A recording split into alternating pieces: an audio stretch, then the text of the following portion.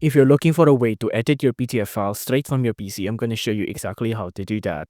Now, when you install Windows on your PC, you get a built-in PDF editor on Microsoft Edge. For example, here, if I have a sample PDF and I double-click it just like that, it'll take me immediately to Microsoft Edge. Now, on Microsoft Edge, I can edit this however one I like. For example, I can draw on it if I want, and I can also add text to it if I like as well. So if I add text here, and I want to add a text, this is edited just like that, right? And I want to reposition it up here just so everyone knows that this is an edited PDF file, right?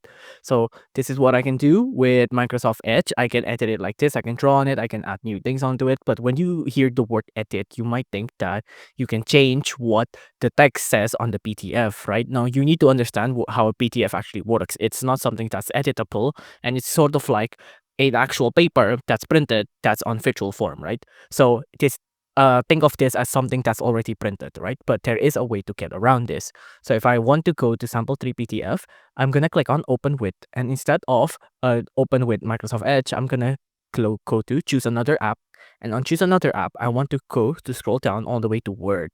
Now, most of you probably already have Word, so click on just once. Now on Word here, let's just wait for it to load. Now it'll show up this prompt here, just click on OK. Now on OK here, you can see that Word has converted it into an editable document, right? So for example, if I don't want this to say sample PDF, I'm going to change it to say sample edited.